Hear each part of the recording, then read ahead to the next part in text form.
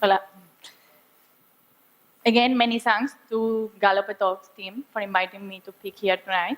It's an honor and a pleasure. My name is Maria Leon.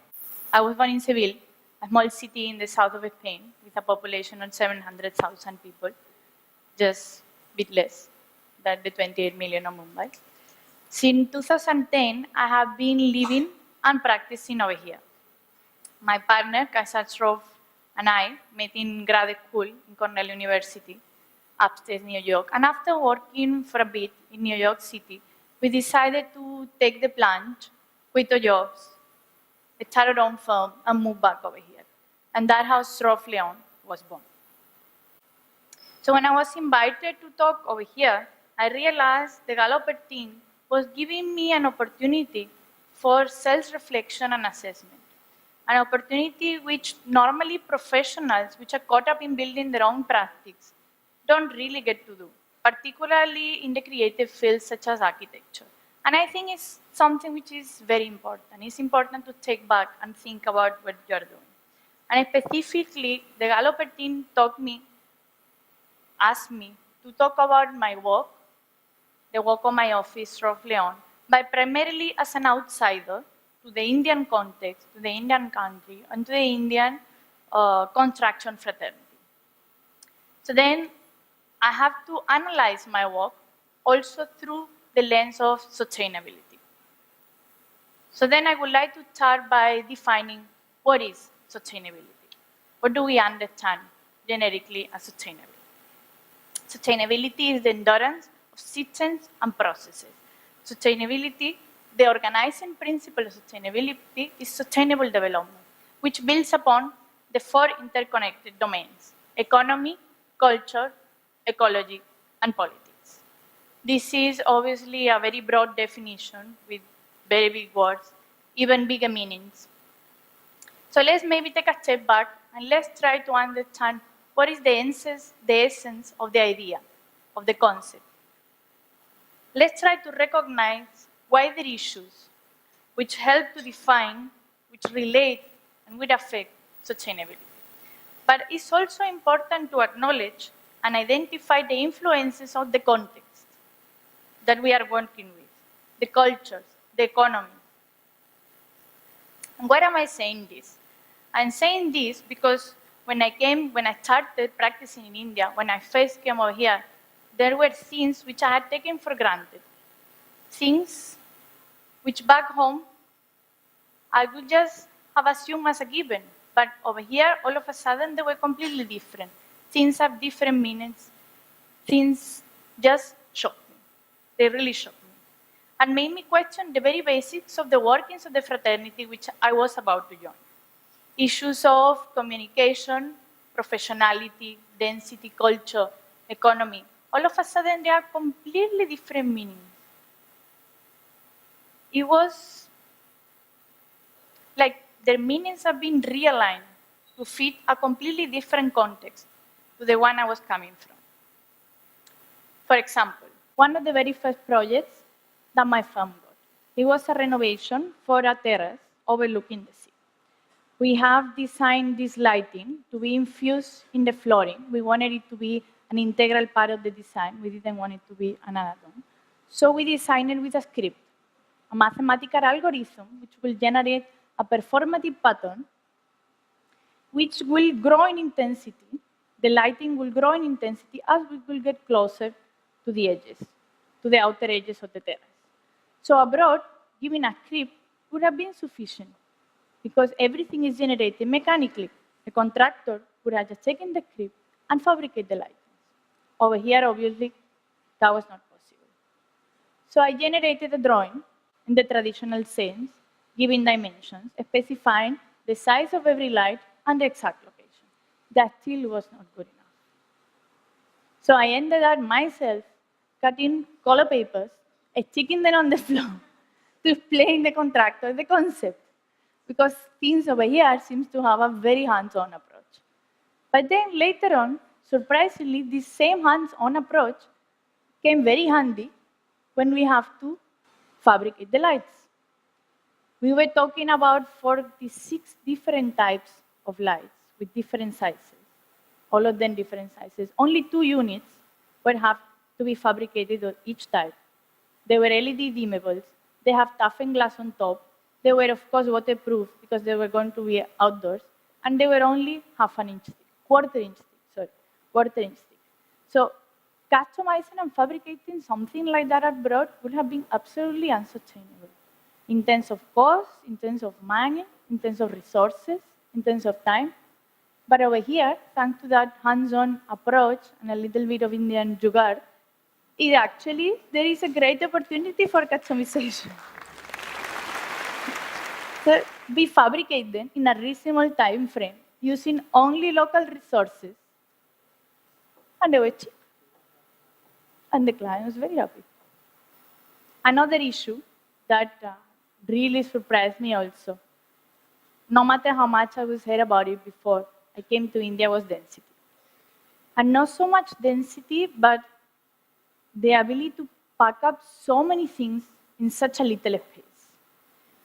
And although I understand that Bombay is quite a shrink case, even within the Indian context, but I feel density is very core, is almost a cultural notion.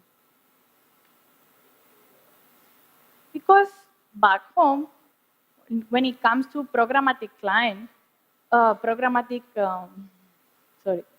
it comes to programmatic arrangement, the client just when he's left with a smaller space, is resigned to just water down the requirements.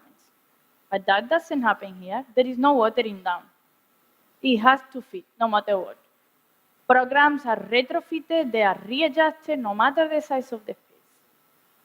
So when in 2010, we got a call for a dentist clinic, which was supposed to have 2 operatory rooms, 1 office, 1 reception, a waiting room, a storage, bathrooms, we obviously assume a certain size.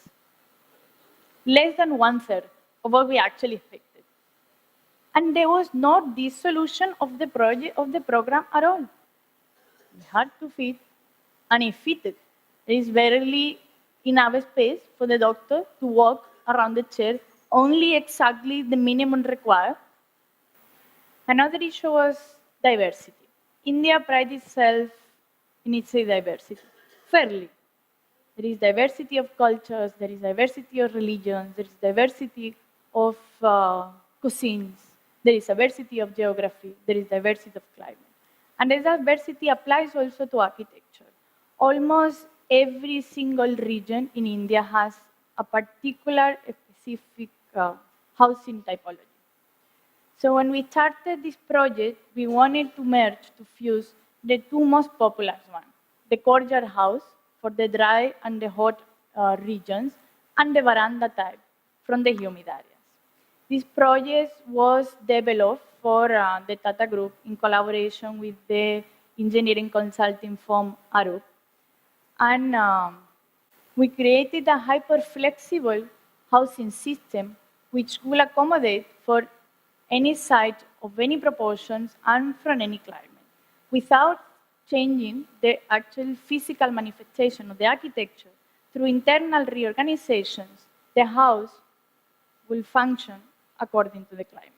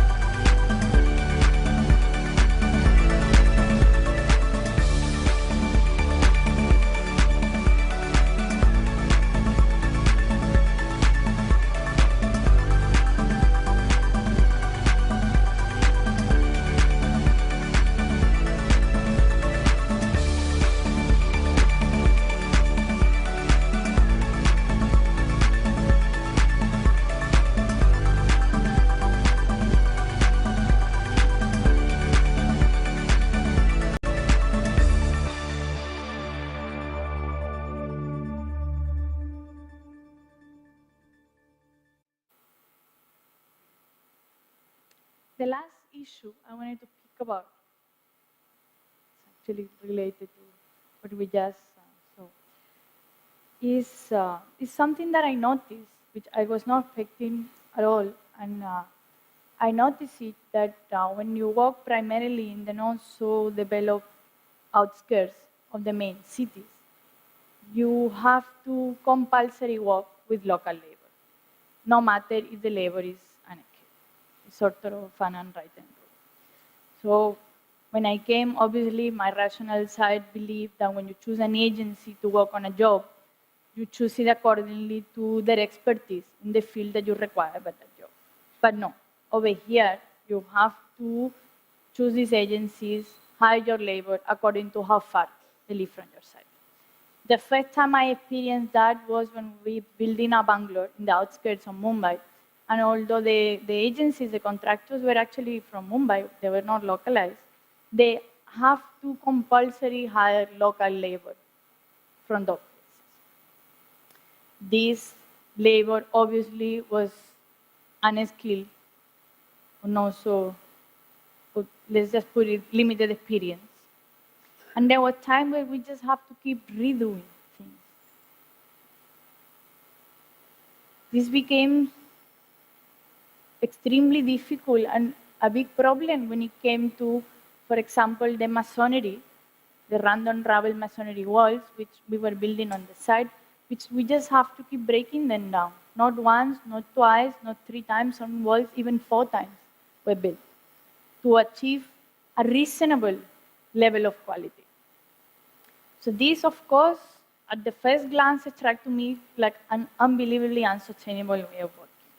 For the client, which was just spending money and time, for the contractor, who was working with labor that they couldn't respond for because they were not their labor, and of course for me, where I was getting extremely frustrated. So at the first glance, it seems like extremely unsustainable. It seems almost the most unsustainable work system ever conceived. But then, after some time, after looking at it in introspection, from a closer look, I started thinking that maybe it's not so unsustainable. It's giving employment to the local community. And for me, what was more important is that these people who had no experience before were learning a skill. But at the end of it, after the first time we built the wall, they actually knew how to do it. They were experts on something. They had a skill. So what seemed like a very unsustainable system, maybe looking at it exclusively from the construction industry, from a largest political context, was actually quite sustainable. So all these issues got me thinking that there are all these recipes, these sustainable recipes, green roofs, water recycling, performative facade, solar panels. These recipes that, as Westerners, we assume that a building needs to have all these things to be sustainable. Maybe they don't directly apply over here. Maybe the work sustainability actually needs to be realigned to the context we are working in, and not just imported. Gracias. Thank you very much.